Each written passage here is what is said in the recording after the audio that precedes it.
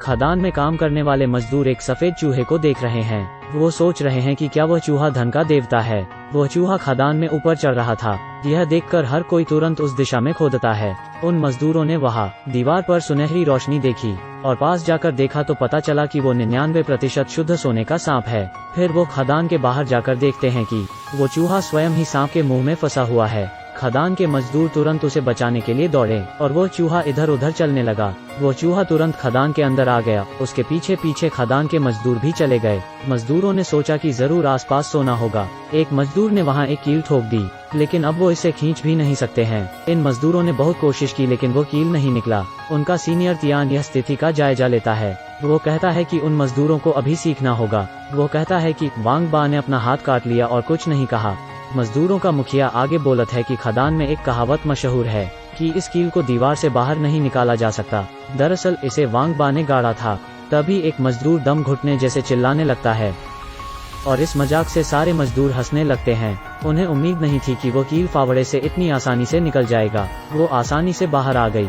Tian उस कील में लगी रेत को छूता है और मुस्कुराता है। एक मजदूर यह देखकर और खुदाई करता है और जैसे ही गहरी खुदाई करता है उसको पता चलता है कि वो वास्तव में सोने की ईंट है। वो लोग यहाँ की मिट्टी को पानी से धोते हैं और ध्यान से कंदील की रोशनी में देखते हैं। उन्हें उसमें सोने के छोटे छोटे बहुत सारे कण दिखते हैं। उन्हें लगता है कि गांव वालों की अफवाह सच है। असल में गांव वाले मानते हैं कि वहां 800 सोने की ईंटें हैं जो आरबेंगुइजी ने चीन में बनाई थीं। खुदाई करने के लिए उन लोगों ने तुरंत एक टीम का गठन किया। वो लोग अब हर दिन बाहर आकर खनन वाली मिट्टी से सोने के कण ढूंढने के लिए बारीक बारीक पीसते हैं। फिर वो लोग एक पानी वाले उपकरण की मदद से धूल और सोने के कणों को अलग अलग करने की प्रक्रिया शुरू करते हैं, जिससे पत्थर की भारी धूल पानी में बह जाती है और जो कुछ बचता है वो शुद्ध सोना होता है। फिर एक मजदूर ने शुद्ध सोने को कागज के तौलिए में लपेटकर एक छोटे चूल्हे में फेंक दिया और सोने को पिघलाने के लिए आग लगा दी। उस मजदूर को इससे एक छोटा सा सोने का टुकड़ा मिलता है। आखिर यह सारे सोने के टुकड़े एक साथ रखे जाते हैं। तियान इसे पैसे के लिए एक्सचेंज करके समान रूप से बांट देते हैं। उन्होंने पैसों का स्वाद चखा और फिर से दिन रात खनन शुरू कर दिया। तियान कहता है कि वो सिर्फ 800 सोने की ईंटें ढूंढना चाहता है। सारे मजदूर अभी घर जाने के लिए तैयार हुए हैं। एक मजदूर जाने से पहले पेशाब करने के बारे में सोचता है, लेकिन अचानक उन्हें वहां किसी और की मौजूदगी का एहसास होता है। हाथ में सफेद बाल पकड़े हुए वो मजदूर कहता है उसने पेशाब करते वक्त वो एक सफेद भूत देखा था। मजदूर का मुखिया उस बाल को ध्यान से देखता है। उन्हें लगता है कि वो बाल इंसान का नहीं है। इंसान के बाल सख्त होते हैं। यह आदमी उस बाल को अपनी बीवी को दिखाता है, लेकिन उसने इसकी परवाह भी नहीं की। अगले दिन खदान में एक मजदूर जाता है, लेकिन वो मजदूर कुछ बुरी चीज देखकर डर जाता है और लोग उसे बचाने आते हैं। आगे कंदील की रोशनी से वहाँ के मजदूर देखते हैं कि वास्तव में अंदर एक डेड बॉडी है। कुछ मजदूर अपने घर चले जाते हैं। तियान अपने घर वालों से अलविदा कहता है। फिर वो तलवार लेकर नाचने लग जाता है। उसके बाद सभी दरवाजे में प्रवेश करने के लिए तलावर को छूते हुए अंदर की ओर जाते हैं। यह सब उस भूत से बचने के लिए करते हैं। इतना ही नहीं, उन्होंने यह भी देखा कि खदान में बहुत सारे कैन मिले हैं। हरे रंग के कैन को देखते हुए उन्होंने यह एहसास किया कि वो सैन्य कैन हैं और उस खदान में उन्हें कुछ अच्छी वाइन की बोतलें भी मिलती हैं। वो मजदूर यह विचार करने लगते हैं कि इतने गहरे पहाड़ों और पुराने जंगलों में यह सारी चीजें कहां से आई हैं। उन्हें यह सारी चीजें देखकर डर लगने लग जाता है। एक मजदूर ने एक सफेद बालों वाले आदमी को सामने से गुजरते हुए देखा। तियान और उसके साथियों को लगता है कि वो गुफा में रहने वाला आदमी होगा, क्योंकि पिछली बार उन्होंने सभी मांस के जार हटा दिए थे। वो आदमी अब भूखा होगा, तो वो उस गुफा में आया जहां सफेद बाल पाए गए थे और उसने चुपके से मांस के कैंस को वापस रख दिया और फिर छुपकर देखने लगा।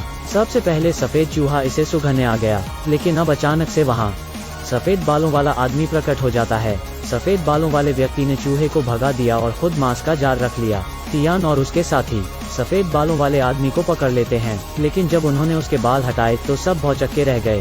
तियान को लगता है कि वो सफेद बालों वाला आदमी उसका ही पिता है, जो कि कुछ वर्षों से गायब है। आखिरकार तियान अपने पिताजी को पहचान लेता है। तियान के पिता वहां कई वर्षों पहले 800 सोने की ईंटों को ढूंढने गए थे, लेकिन गुफा ढह गई और वो छेद में गिर गए। वो इतने वर्षों तक जिंदा रहने के लिए थोड़े थोड़े भोजन पर निर्भर रहे। अब वो मूल रूप से बोलने की क्षमता खो चुके हैं, लेकिन तियान उनकी बड़बड़ाने की भाषा को समझ नहीं सकता। लेकिन जब उसने एक लौकी देखी तो उन्होंने उसे कसकर पकड़ लिया और बोलने लगे, लौकी लौकी। और फिर उसने इशारे से लौकी पर बनी हुई पेंटिंग दिखाई। तियान समझ गया कि वो जरूर खजने का नक्शा है। तियान अपने साथियों के साथ तुरंत नक्शे के सहारे खजाना खोजने के लिए निकलता है। उन्होंने पूरे खदान का चप्पा चप्पा छानना शुरू किया और शैतान द्वारा छोड़े गए सामान को देखा। उन्होंने गुफा की पीछे की दीवार में एक दरवाजा देखा और वहाँ बचे हुए बक्से को हटा देते हैं। उन्हें दरवाजा खोलने में काफी मशक्कत करनी पड़ी। उन्होंने देखा कि अंदर एक छोटी सी गुफा है और वहाँ लकड़ी के बहुत सारे बक्से मिले। क्या यह 800 सोने की ईंटें हो सकती हैं? वो मजदूर उन बक्सों को खोलने का बेसब्री से इंतजार कर रहे हैं, लेकिन उन्होंने बॉक्स के चारों ओर पतली पारदर्शी तारों को देखा। वो अपने बाकी मजदूरों को सुरक्षित रखने के लिए उन्हें बाहर भेज देता है। अब उसके साथ केवल 2 मजदूर और बच जाते हैं।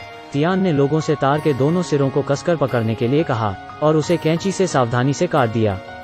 जिजियान ने डर के कारण पेशाब कर दिया। फिर मजदूर धीरे धीरे से तारों को हटाने लगे और उन तारों को डब्बे से बाहर करने के बाद उन्होंने उस तार को कुल्हाड़ी के चारों ओर कसकर लपेट दिया।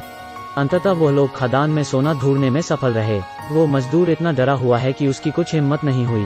तियान ने अपना पसीना पोंछा और बॉक्स खोलने की हिम्मत जुटाई। अंदर बक्से में वास्तव में सुनहरी ईंटें हैं, पूरी 800 सोने के ईंटें। वो तुरंत फूट फूट कर रोने लगा, लेकिन अंत में वहाँ पुलिस आ जाती है और उसे झूठ बोलने और दुष्प्रचार के कारण 20 साल की जेल हुई। तियान के पिता अपने बेटे का नाम साफ करना चाहते थे, इसलिए वो अंदर जाने के बारे में सोचते हैं। 800 सोने की ईंटें अब उन्हें मिलती हैं। अंत में इन्हें अब बदनामी का सामना नहीं करना होगा। उपरोक्त टीवी श्रृंखला का नाम गोल्ड रश वैली है। आशा करते हैं कि यह कहानी आपको पसंद आई होगी। मुझे लगा था कि यह सिर्फ एक साधारण सोने की खुदाई करने वाले की कहानी होगी, लेकिन यह कहानी कुछ अलग थी।